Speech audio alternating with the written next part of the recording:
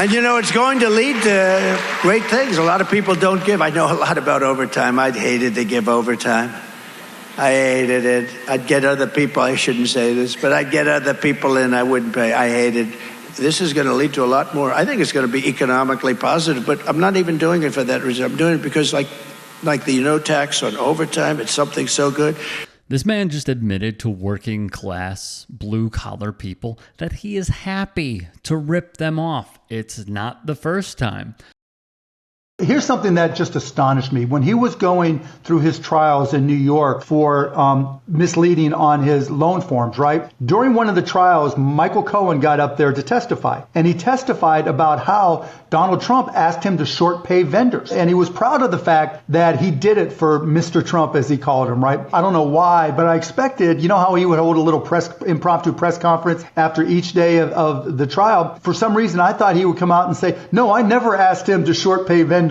Right? Didn't say a word about it. Probably the worst thing you could say about a business person is he short pays his vendors. He doesn't pay what he owes. That is the ultimate arbiter of trust that you have with any business person. Do they pay you when you do work for them? Yes or no? He was proud of the fact, didn't question it at all. When you rip off hardworking Americans, you are not qualified to be president of the United States of America.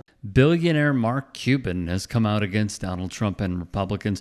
Look, I'm no fan, all right? But in this election, the minority owner of the Dallas Mavericks easily takes down villains such as Trump. Would you rather have the black president or the white president who got $1.7 billion off the price? I think they want the white guy. He said it, not us. Speaking of business. But he's done nothing for the small business person, right? You hear Kamala Harris talking about efficiency when it comes to starting a business. You hear Kamala Harris talking about raising the deduction from $5,000, which is a meaningless number these days in starting a business, to $50,000, right? You hear her talking about child tax credits with if you're starting a business and you can pay for childcare for, your children or child, that allows you the freedom to go start a business, right? So she's talked over and over again about the economic opportunities that she's trying to create for small to medium-sized business. And she's just used the term entrepreneurs and founders over and over again. You haven't heard that from Donald Trump at all, whether he was in office or since then. That's just not in his DNA.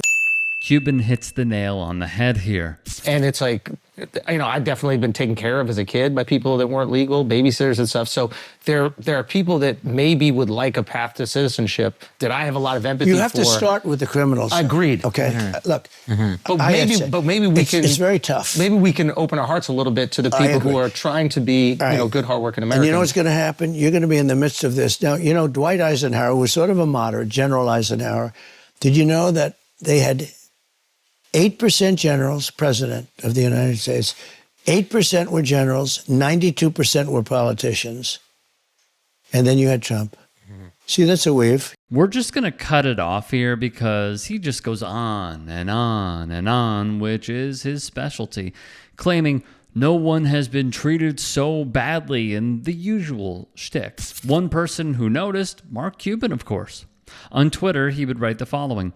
Andrew Schultz tries to ask probably the most important question he has been asked the entire campaign. Maybe we can open up our hearts to people who are trying to be good, hardworking Americans.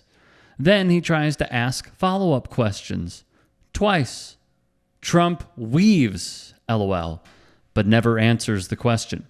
I will end the devastating inflation crisis immediately, bring down interest rates, and lower the cost of energy.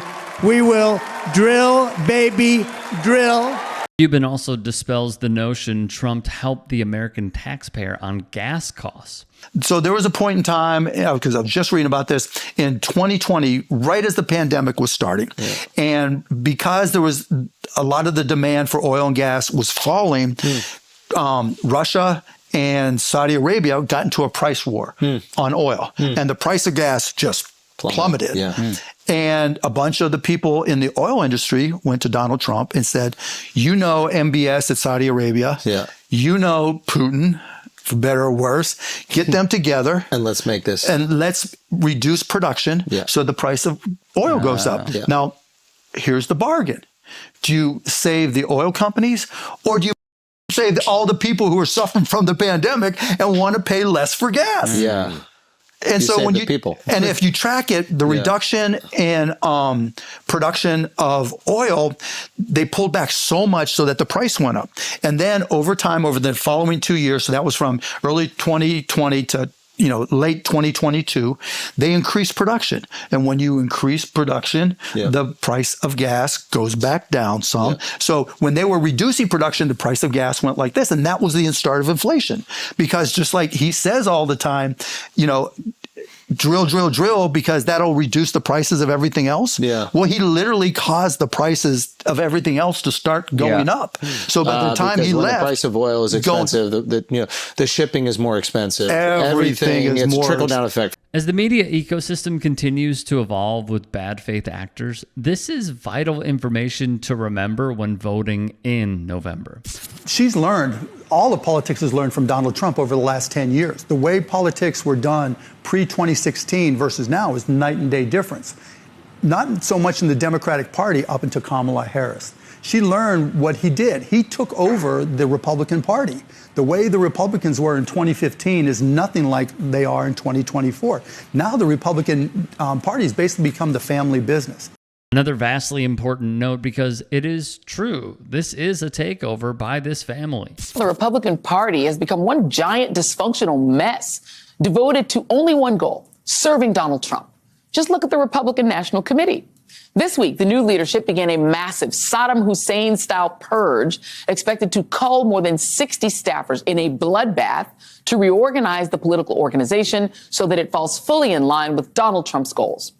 And while creating a coordinated campaign is a perfectly normal thing once a candidate in either party has secured the presidential nomination, Trump's choices to run the RNC, new chairman Michael Whatley and Trump's daughter-in-law, co-chair Lara Trump, who were installed last week, aren't doing anything normal. Lara Trump has already made it clear that she thinks Republican voters absolutely want their contributions to be used to pay off Trump's legal bills, which means that if you are a Republican candidate running for office, the already strapped National Committee with the smallest amount of cash on hand in a decade has no real plan to help you to increase Republicans' razor-thin and dwindling majority in the House of Representatives. The RNC's only plan seems to be paying off Trump's debts and spreading his election lies.